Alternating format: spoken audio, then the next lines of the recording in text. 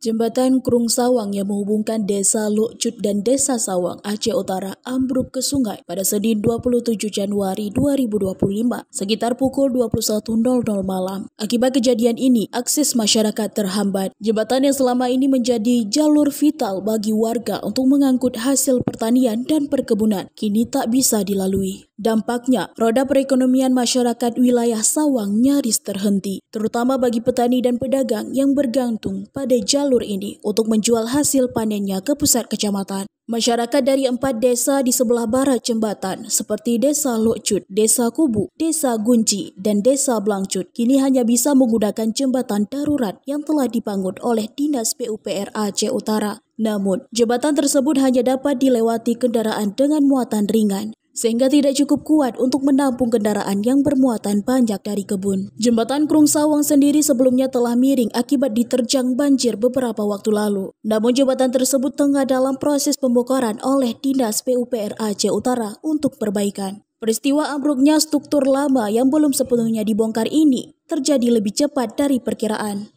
Warga berharap pemerintah segera mengambil tindakan untuk membangun kembali jembatan utama agar aktivitas mereka bisa kembali normal. Awalnya jembatan ini sudah mengalami kemiringan yang sangat parah.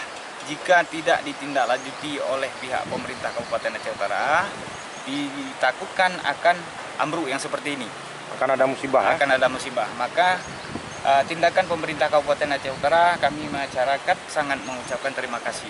Mengambil sikap dengan cepat dengan membangun jembatan gantung guna mengantisipasi jalur transportasi masyarakat. Nah, untuk pengangkutan hasil pertanian masyarakat itu tidak bisa difungsikan secara maksimal dan tidak bisa diangkut. Sehingga jembatan rangka baja ini perlu dibangun. Kalau dipaksakan untuk diangkut hasil pertanian, itu akan terjadi kerusakan sehingga menyebabkan masyarakat lainnya tidak bisa memfungsikan dengan baik.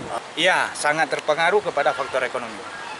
Gimana? Ya, kalau harapan masyarakat jembatan ini setelah dibongkar, kalau bisa dipercepat untuk pembangunan karena DED-nya pun sudah ada. Untuk Jalan Sawang DED-nya juga sudah ada, jembatan juga sudah ada DED.